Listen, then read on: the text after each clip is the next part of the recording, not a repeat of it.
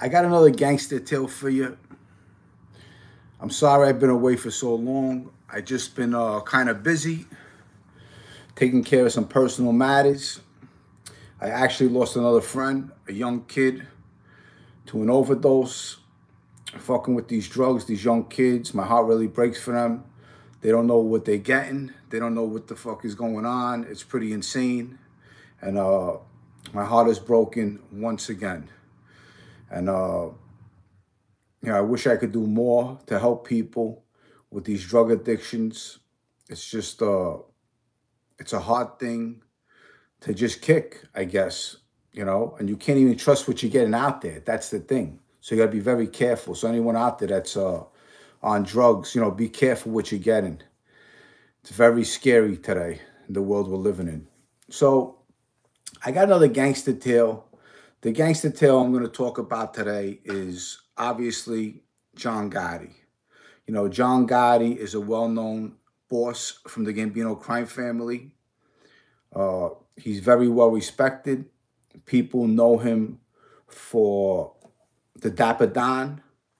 We know he killed Paul Castellano. We know he had a lot of other people killed. And he died like a gangster. He died in prison, right? I mean, it's either you die by the gun or you die in jail. That's how gangsters die, A very few really last that long and outlive, without getting picked up from the feds. But John Gotti was a hell of a gangster. And we're going to talk about Fred Weiss. Fred Weiss was a businessman out of Staten Island. He owned a private sanitation. He also was a developer. Now, what happened with Fred Weiss was he was around the Gambino guys. Someone had him underneath their arm, and he was paying somebody monthly, weekly, whatever he was doing. And eventually, an indictment comes down, and he gets indicted with another guy, Staten Island and Brooklyn. And John Gotti thinks that Fred Weiss is going to flip. He makes a comment stating, yeah, I got indicted, but you know what? It's a weak indictment, and I'm going to beat this case. So right away, John Gotti thinks that Fred Weiss is going to cooperate. Like a lot of other guys do, right? When they get indicted, right away, everybody's running to the feds. So John Gotti thinks that this guy is going to run to the feds and cooperate. So it's a little scary. He has some information on John Gotti. So what he does is he goes to Joe Watts or Sammy. He uses Sammy's crew, Frankie Fabiano, Michael DiLeonardo, Big Louie, and a few other guys, Huck, Joe D'Angelo, a couple guys. There's like maybe 10 to 15 guys on this murder. It's insane. So they put a crew together, a hit team, to go after Fred Weiss. Now, Fred Weiss is located in Staten Island. They go looking for him. They put on some working clothes. They think they're going to find him and take care of the job for John Gotti because this is a big hit. John Gotti wants this guy dead. They want to make sure that they get this correct and the job is done. Just like any other mafia guy. If someone gives you a hit, you want to make sure the job is done and it's successful. Michael DiLeonardo, Mikey Scars, Frankie Fapp, a few other guys in Sammy's crew. They go looking for Fred Weiss. They go looking for him, and they can't get him. For some reason, they can't get him. I don't know the reason, but I think anyone else would have taken care of the business right away. Because some guys, you give them a hit, it's taken care of that day. That's how good they are. So I guess this is the reason why John Gotti used Tommy Karate at the time to kill Willie Boy Johnson. That was a 1988 murder.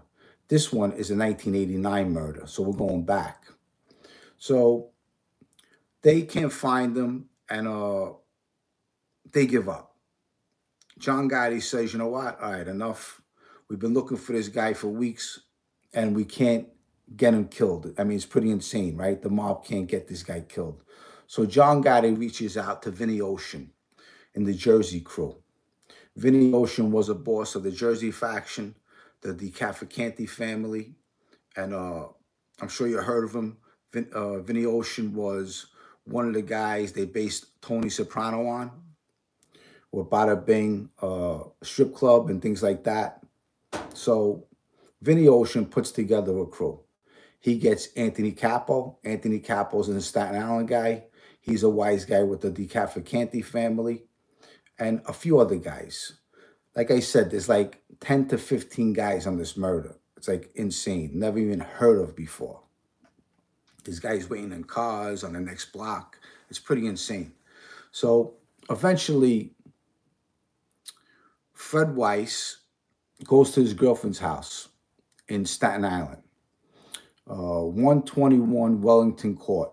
Now, I actually got a story of Wellington Court in Staten Island. That's where Chris Paciello lived back in the day. And after we robbed the Staten Island Mall Bank, we drove right to Chris Paciello's underground car garage and ran into the elevator, and that's when we started counting the money. But I don't want to get off track, so let me finish this story about Fred Weiss. So Fred Weiss is at his girlfriend's house this day. Anthony Capo is the trigger guy, and they want to complete this murder and make John Gotti happy. They want to be in John Gotti's favor. They want to make sure they're on good terms with him. He's the boss of the Gambino crime family, one of the biggest crime families at the time. And they want to get this done because this has been lingering for weeks now and nobody could kill this guy. So they want to prove that they're capable and they want to take care of this for John Gotti. So Anthony Capo, a few other guys, they wait for Fred Weiss to come out of his girlfriend's apartment. Anthony Capo runs up on him and shoots him, kills him, okay? As he shoots him and kills him, he jumps in his car. The back of his plate is loose. And as he skids off, the plate falls off and it gets on the floor, goes right on the floor, and they leave it behind. Now, as they kill him, they take off. They think the job is done. It's complete. You know what? Good job. And we took care of it. The feds come when they kill this guy and they find the plate on the floor, maybe 6 feet away from his murder. So they put two and two together. The car is registered underneath Anthony Capo.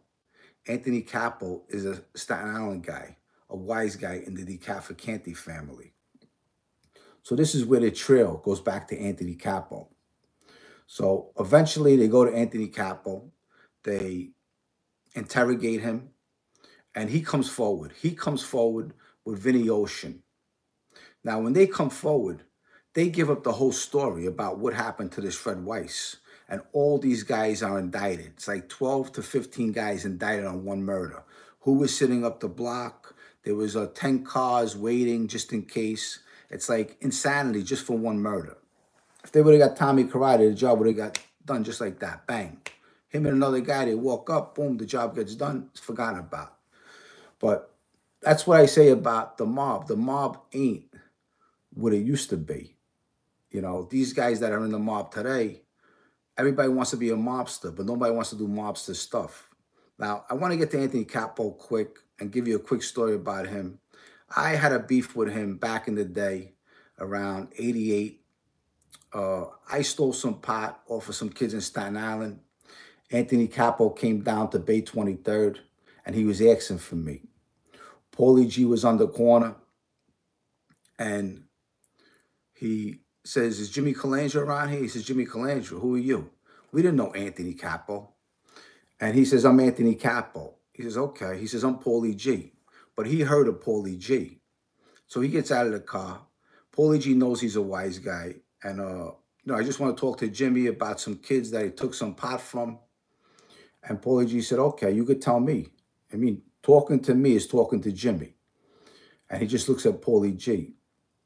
And, you know, Paulie G tells him, listen, we know you have a button, okay, and we respect that button, but this is Beth Avenue. Everybody's got buttons around here. And eventually, if they don't, eventually they're going to probably get one. If not, they'll probably die. They'll probably get killed. But that was the conversation with Andy Capo. So this is a short gangster tale about Fred Weiss when they killed him. All these guys tried to kill them. They couldn't get him. Eventually, Anthony Capo killed him, and he cooperated later on. Vinny Ocean cooperated on that case, and it brought down Mikey Scars, Frankie Fapp, and a whole bunch of other guys. Well, I hope you enjoyed this story. If you enjoyed this story, subscribe to my channel. Press the like button. Also, if you can, try to go to my Patreon channel and support me any way you can. I appreciate it. I'm working on my book. Like I said, when my book is done, I will give anyone who subscribed to my Patreon channel an autographed copy of my book. And I appreciate you guys. I love you guys. I got a lot of things in the works. I got some special guests coming that you're really going to enjoy. You're going to like them. There's a couple of them I'm not going to mention, but I will mention Bobby Louisi. I will be interviewing next week, and also Paul Tanzo. I'm also going to have Tommy Days back on, and also Police Off the Cuff. They're two guys that are very friendly with me. I enjoy their company, and they're good people. But with that said, I love you guys. Thanks for tuning in. I'll see you again soon. And don't forget, subscribe to my Patreon channel. With that said, I'll see you on my next video. Bye.